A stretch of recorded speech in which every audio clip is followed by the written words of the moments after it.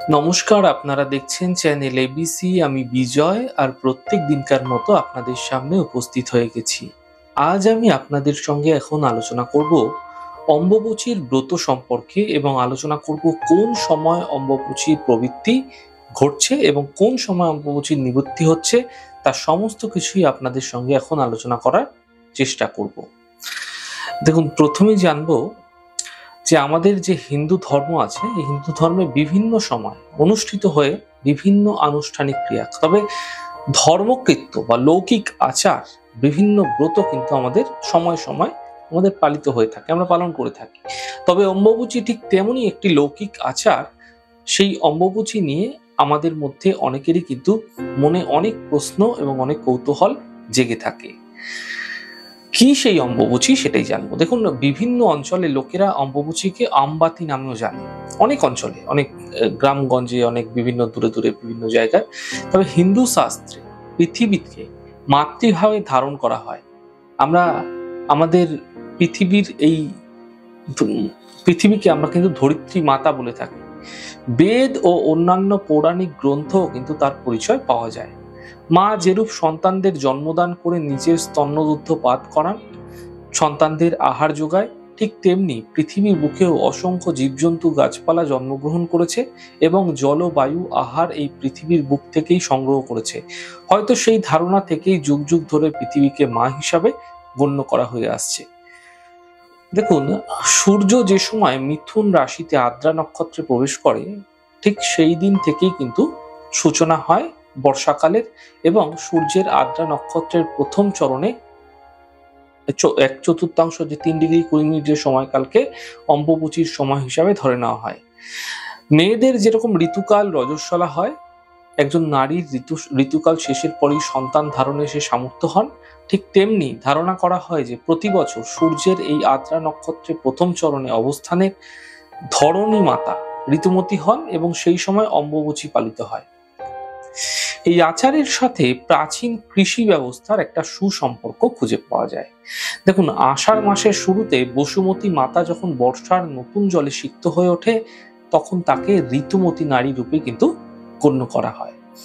এবং তখন অম্বুবাচীর যে প্রবৃত্তি বা শুরু, আবার তার ঠিক 3 দিন পরে সেই নিবৃত্তি বা শেষ, এই নিবৃত্তির পরেই কিন্তু প্রাচীনকালে জমি চাষ শুরু করতে কৃষকরা, যখনই এগুলো নিবৃত্তি হয়ে যেত, তারপরেই কিন্তু তারা জমিতে বিভিন্ন ধান টান গুলো কিন্তু তারা চাষ করা শুরু করত।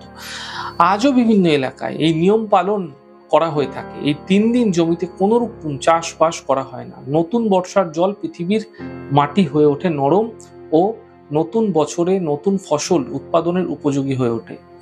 তাই ভারতের কোনো কোনো অঞ্চলে এই সময়কে রজ উৎসব নামেও কিন্তু পালিত করা হয়। আসামের কামরূপ কামাখ্যা পাহাড়ে, যেখানে দেবী মহামায়ার যোনি পতিত হয়েছিল, ঠিক সেই স্থানে অবস্থিত দেবী কামরূপ কামাখ্যা মন্দিরের দরজা অম্বুবাচীর এই 3 দিন কিন্তু বন্ধ থাকে। চলে অম্বুবাচী মেলা চারিদিকে। এই সময় বিশ্বের বিভিন্ন প্রান্ত থেকে কিন্তু অনেক সাধু, সন্ন্যাসী, ধার্মিক ব্যক্তিরা এসে কামাখ্যা পাহাড়ে মিলিত হন। অম্বুবাচী নিবৃত্তির পরেই খুলে যায় দেবী মার যে মন্দিরের যে দরজা, সেটি। তারপর অনুষ্ঠিত হয় মায়ের বিশেষ পুজো, এবং এই বিশেষ মেলা পর্যটক ও দর্শনার্থীদের বিশেষভাবে আকর্ষিত করে, এবং প্রতি বছরই কিন্তু এই সময়ে কামাখ্যা পাহাড়ে উপচে পড়ে অসংখ্য দর্শনার্থী।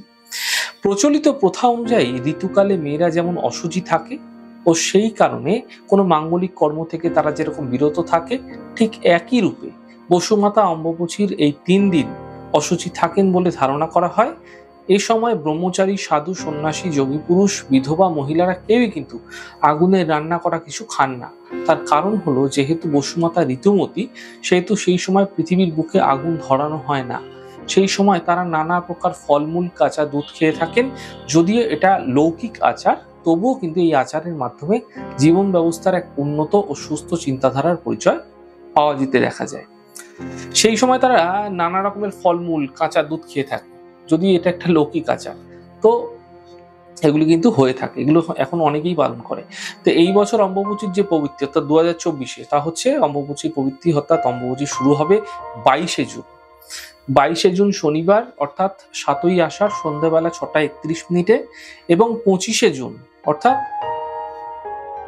মঙ্গলবার দিনকে আপনাদের ক্ষেত্রে 10ই আষাঢ় রাত্রিবেলা একটা সময় কিন্তু অম্বুবাচী নিবৃত্তি ঘটবে, সমাপ্ত হবে।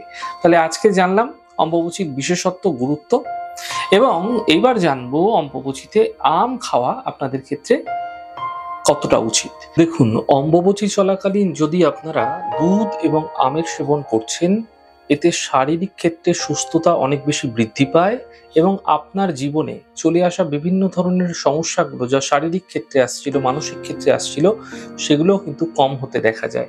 তাই এই সময় চেষ্টা করবেন কমপক্ষে আম দুধ অল্প অল্প হলেও প্রত্যাহিকভাবে সেবন করতে। এই সময়টি সিজন ফল হিসাবেও কিন্তু আপনার শারীরিক ক্ষেত্রে বিশেষ লাভ এই আম দুধ অবশ্যই নিয়ে আসে। তাহলে আজকে জানলাম অম্বুবাচী কি গুরুত্ব আছে, কি মাহাত্ম্য আছে, এবং এই সময়কালে অম্বুবাচী কখন লাগছে এবং কোন সময় তার নিবৃত্তি ঘটছে, তার সমস্ত কিছু আলোচনা করলাম। আমাদের ছোট ছোট আলোচনাগুলি যদি আপনাদের ভালো লাগছে, সেক্ষেত্রে লাইক করতে, কমেন্ট করতে, সাবস্ক্রাইব এবং শেয়ার করতে বন্ধুদের সঙ্গে ভুলবেন না। অনেক ভালো, সুন্দর, সুস্থ থাকুন। আগামী পর্বে দেখা হবে। নমস্কার।